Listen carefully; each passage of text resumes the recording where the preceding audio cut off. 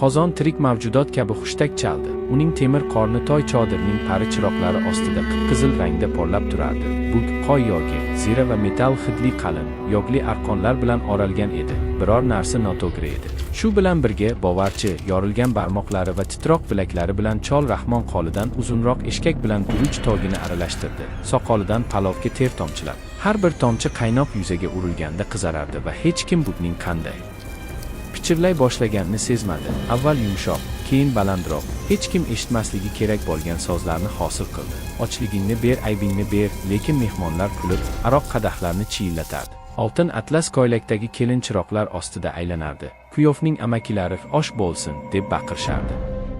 Rahmon oqsoqol uchun birinchi buklanayotgan likopchani chomich bilan to'ldirganida qo'llarida titrab turardi. Chunki guruch donalari ichida mayda yuzlarni, onasining yuzini, olgan akasining yuzini, ogizlari jimgina qichqiriqlardan ochilganini ko'rdi va oqsoqol bir tishlaganida chodir chiroqlari miltilladi. Dotarchining torlari birma-bir uzildi va oqsoqolning ko'zlari oqarib ketdi. U tomog'ini ushlab, guruchdan emas, balki o'ziga tegishli bo'lmagan xotiradan 20 yil oldin tut daraxti ostida ko'milgan qotillikdan bo'g'ilib qoldi. Keyin ikkinchi mehmon o'ziga tegishli bo'lmagan tishni yo'taldi. Uchinchisi hech qachon baland ovozda aytmagan ismini qichqirdi va Rahmon o'z jonini mukammal palov uchun sotgan odamning sovuq ishonchi bilan vayron bo'lgan madrasada topilgan maydalangan sahifada chizilgan retsept umuman guruch uchun emas, balki muqovalash uchun ekanligini sargaygan pergament talab qiladigan maxsus bug suvdan emas, balki asrlar oldin oyoqlari ostiga ko'milgan loy idishda qolib ketgan devning nafasdan ekanligini bildi va kelin qoshigini ko'targanida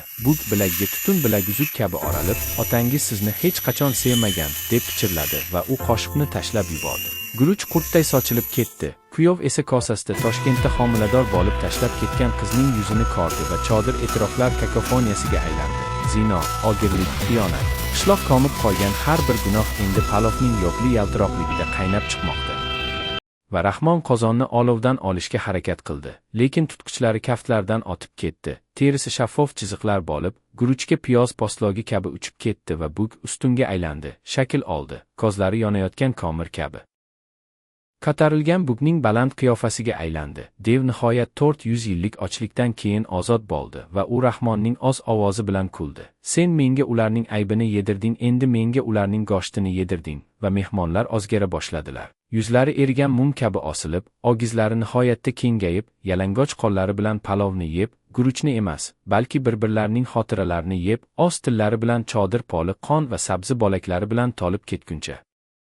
Rahmon esa retseptning oxirgi satrini esladi. Ziyoratni buzish uchun oshpazga taklif qiling. Shuning uchun u qo'llarni tirsaklariga qadar qozonga botirdi. Guruch qurtday burishayotganini, qozichoq suyaklari barmoqlardek sinayotganini, devning kulgisi tomirlaridan issiqlikni sorib olayotganda guvillashga aylanib ketayotganini, yuragi har bir harakat bilan sekinlashayotganini his qildi va buvisi taqiqlagan qarshi la'natni pichirladi. Oshim ozim, ruhim ozim, mening palovim ozim, jonim ozim va qozon bug va muskullar oqimida portladi. Chodir ichkariga qulab tushdi. Peri chiroqlari havoda olayotgan sozlarni yozadigan uchqunlarga aylandi va chang tushganda toychilar yo'q bo'lib ketdi. Faqat bosh atlas ko'ylaklar va kostyumlar stullar ustiga qo'yilgan terilar kabi, qozon sovuq va yorilgan, chetiga yopishgan bitta guruch donasi yurak urishi kabi zaif urayotganini va Rahmon yoki qolgan narsa u qozonga yopishib qolgan holda turardi. Qo'llari endi temir tutqichlarga, ko'kragi ichi bosh qoringa, og'zi esa qopqoqqa aylandi va shundan beri har kecha Farg'ona vodiysining har bir oshxonasida kelinning onasi yangi turmush qurish uchun palov qozgatadigan joyda